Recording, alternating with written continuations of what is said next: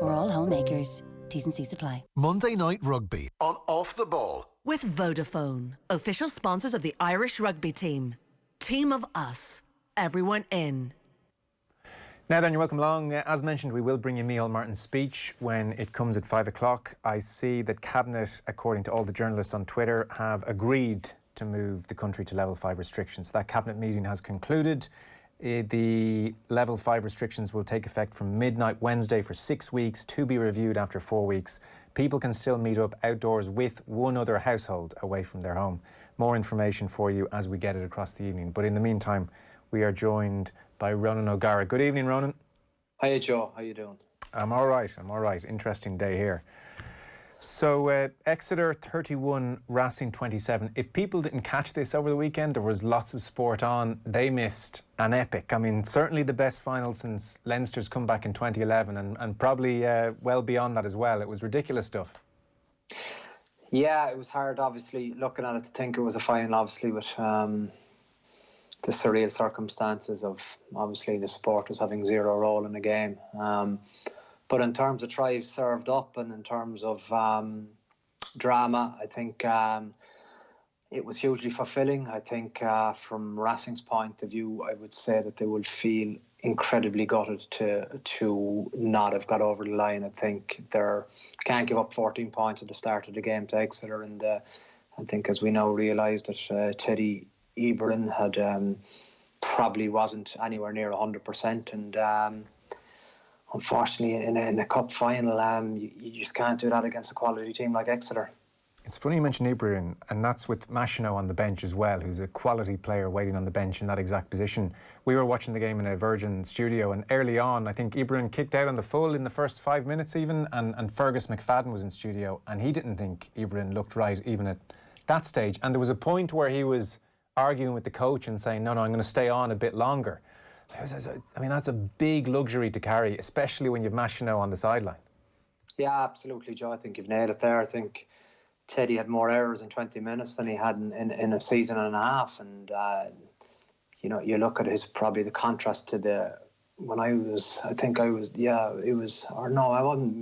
wasn't in the club, but the game, his kicking game against Leinster in Bilbao, was it? I think he just had an extraordinary feel for the ball that night, but everything on this occasion turned to a negative, and you can't give a team like Exeter 14-0 lead. And from a strategy point of view, I think, when you're looking to your 9 to probably kick in pressure zones, he passed to Finn Russell, and not alone did he pass it to him, but he put him on his left foot and he gave him very little option about how to play. Exeter punished those mistakes and did so ruthlessly in those first 14 minutes. Their power, their forwards, that power game at times looks near impossible to stop. I mean, you could accuse it of being one-dimensional, but when it's that brilliant, it's clearly very impressive. Yeah, I think, and obviously we played them in Europe, home and away, and obviously they beat us, so our team weren't good enough, obviously, to get near them, but there was some good learnings from that. I think when they get in there, Joe, it's too late. What's crucial is actually the step before that. How can you deprive them of especially their line out 10 metres out from your line? The writing is on the wall even at that stage. So you have to have a policy trying to, using your 22 nearly as a goal line, because for them, their capacity to play the pick and go game is superior to all our team in Europe, and that's essentially, I think, why they have won the European Cup, and that's meant as a compliment to them, that they are very, very good and far superior to other teams in that area of the pitch. Yeah, I think Sam Simmons is the top scorer in the competition. Just the total opposite to the Racing approach. Why, as a defence, can't you stop them once they get inside your 22? What's so brilliant about what they do, this pick and go game? I think it comes back to their recruitment too. I think speaking to a few guys from Baxter, a few of the coaching staff over the years, I think their profiling is very interesting about the players they go after and how they see the game, and they predetermined latch near the line, and they have such trust, I think, and detail in how they want to play the game. And it probably became more difficult for them in the fact that, with the, I suppose, poaching laws now favouring the defensive team, any bit of hands-on or lifting the ball, it's usually a defensive penalty. But they've they've managed to master it to such an extent that the opposition just can't get, they can't get any windows to potentially poach against them. So I think it's trust, and trust comes from, I suppose, having periods of times with teammates in extremely difficult periods, and that's what they've done over a 10-year time block. If you look at Karen Steetson's, I suppose, time in the club and his progression and the progression of the club, it's phenomenal what they've done, and it's actually a great rugby story. Yeah, 10 years ago in that very city they were making their way into the Premiership for the first time, so it's been really an exceptional achievement by all concerned. You said Racing will be gutted, and they got really, really close. I mean, they somehow clawed their way back into this game. But even throughout doing that, they seem to throw in crazy mistakes. They score try, never seem to take the restart. And then Finn Russell jumps to mind. His pass for the Henry Slade try. We can dress this up. That's just unacceptable for a professional to do. But that's his game, Joe. I disagree with you. But doesn't he need to sort his game out if that's his game? Well, how does they get to the final? By him playing like that. So, there, though, for that pass, that's madness. But we're all experts on the couch in terms of that moment, you know what I mean?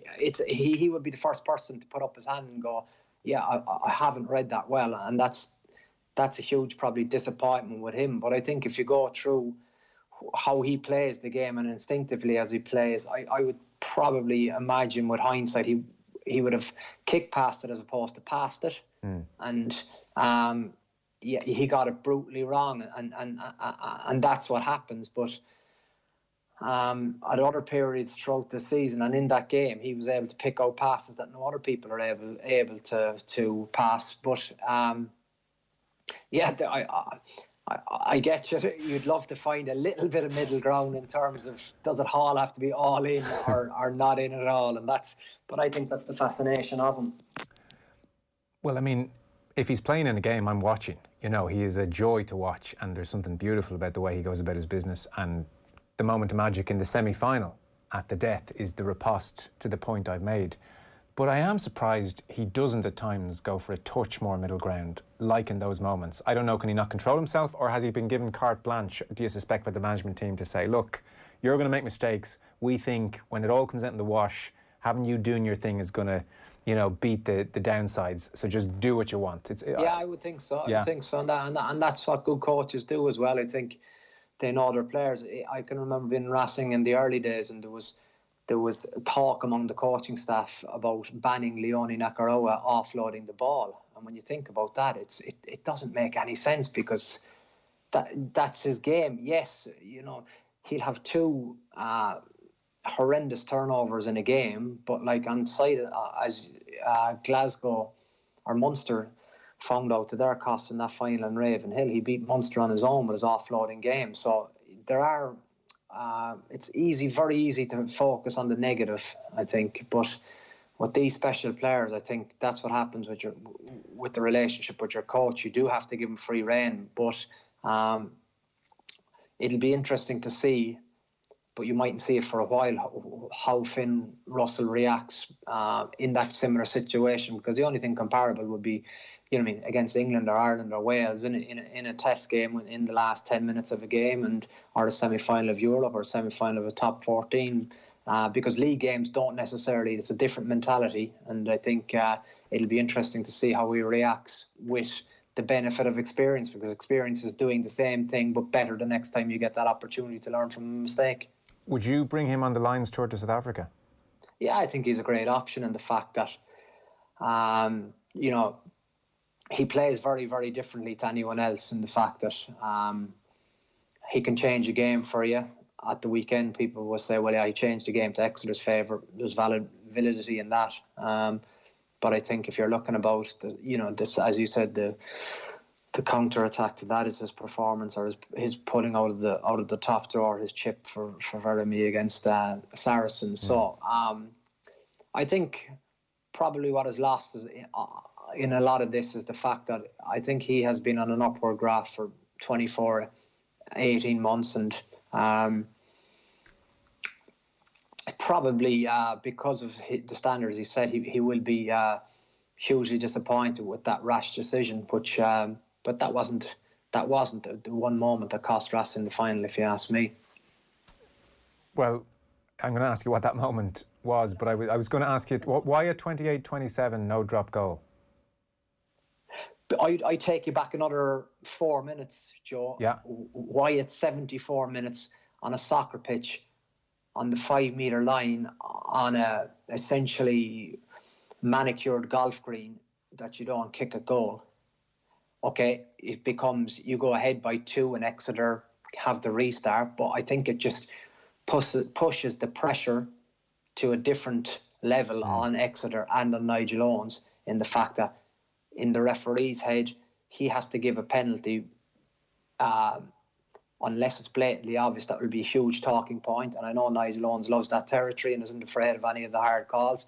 But if Machino kicks that penalty, Racing go 2 points up with 6 minutes to go.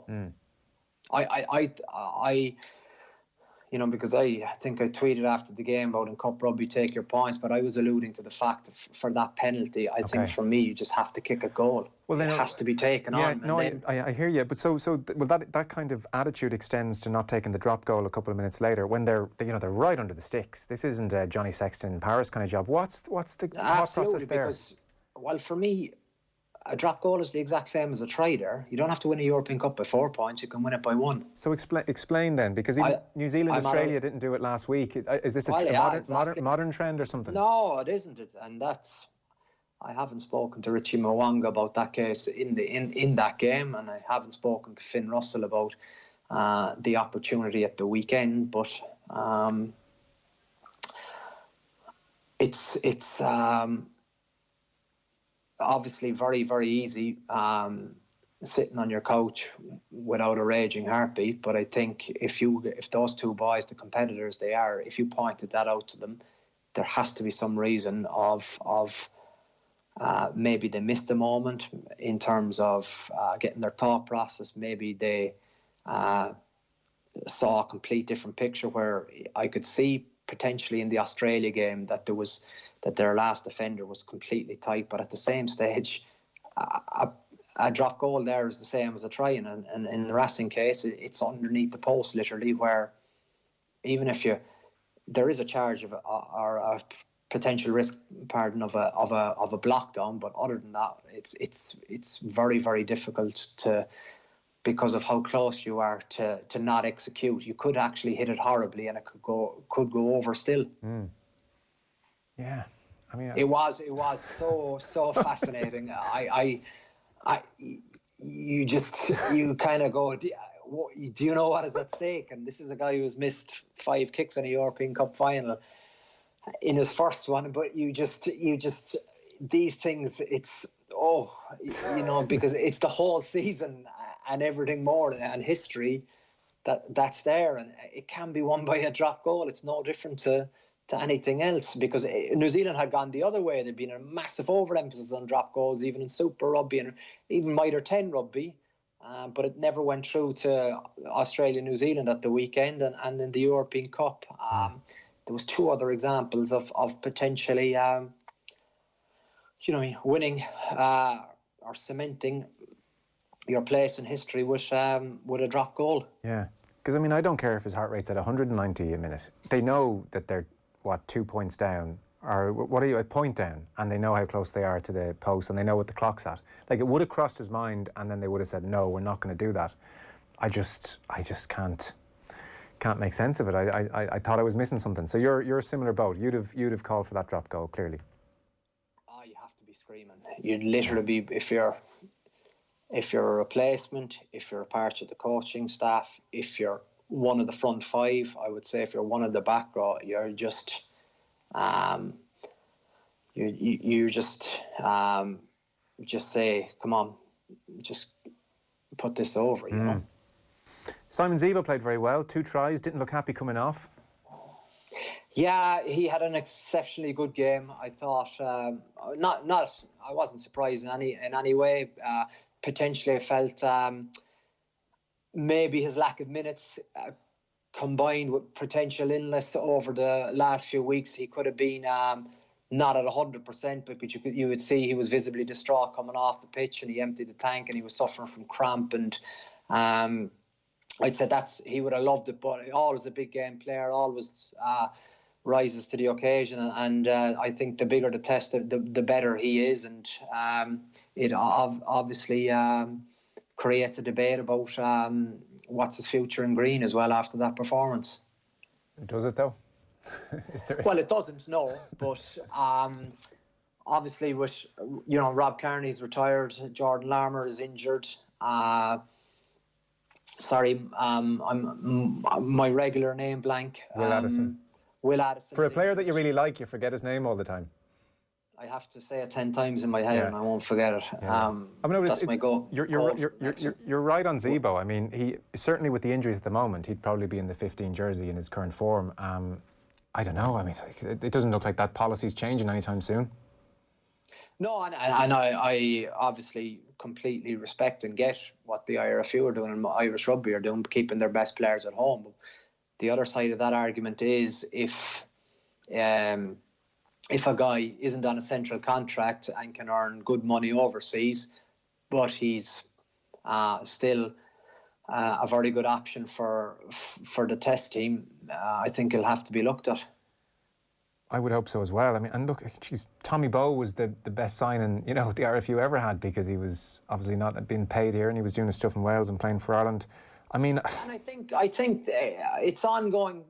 The changes too. You would like to think, Joe, that potentially in France, yes, there are some horror stories, no doubt about it. But you'd like to think that the level of coaching and the level of professionalism is rising all the time. It's in the club's interest to look after players as well, so that everyone with any bit of ambition within them wants them playing at the highest level. So for us in La Rochelle to get 2 players just in the French 31-man squad was a massive disappointment. So that's a burning goal for players and staff within us, because you want to see them hopefully chasing their dreams and playing in blue. And we have boys going for South Africa, playing with Argentina, playing with Fiji. But when you're coaching in France, you want to see them play for France as well. And I think it is going to go like soccer, I think, in the fact that the club game is going to be huge, but the international game,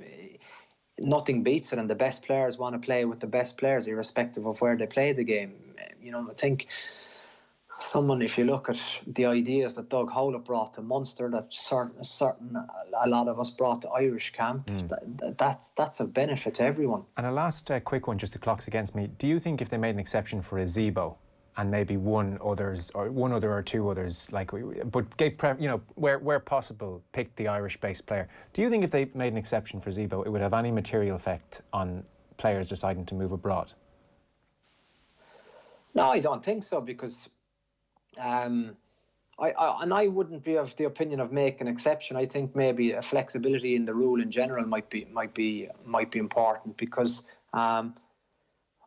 I think if you have a guy that's playing for Munster, Ulster, Leinster or Connacht, he's a good chance of starting in the Irish team. If you have more people in top clubs spread around Europe, that creates more competition. The counter-argument to that is obviously you want to keep the control of the players and the best players playing. But at this stage, that cycle has nearly gone on 20 years, in the fact that we're so dependent on Munster and Leinster and Ulster players to an extent that if you can get, for example, in the back row, there are so many good players. You probably have 9 potential starters, even or 12 at Irish level. They all don't necessarily have to be playing in Ireland. Some of them can be playing overseas if they are. But I think also too that not an awful lot of the players playing, they test the market, and if there's opportunities to go, they obviously really, really consider that. But then what it comes back to is that the players in Ireland get really well looked after on and off the pitch. Listen, our time is up. Thanks so much. We'll be talking to you over the next couple of weeks. Six Nations resuming. Thanks very much, Ronan. See you, Joe. Thanks. Appreciate it. Ronan O'Gara there from La Rochelle.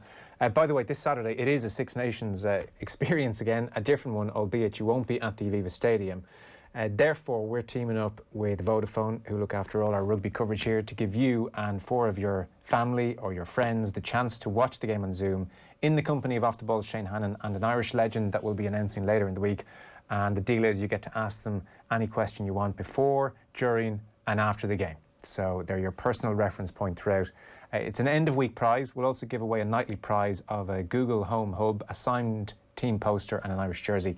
To be with the chance of winning tonight, tell us, when was the last time the Italian men's team beat Ireland? What year did the Italian men's team beat Ireland? Your name and answer to 53106 for 30 cents and we'll call you back over the show. And obviously, we want you and 4 others ready for the afternoon, this Saturday coming, 24th of October, 2:30 to 6 o'clock. All with thanks to Vodafone, official sponsor of the Irish rugby team.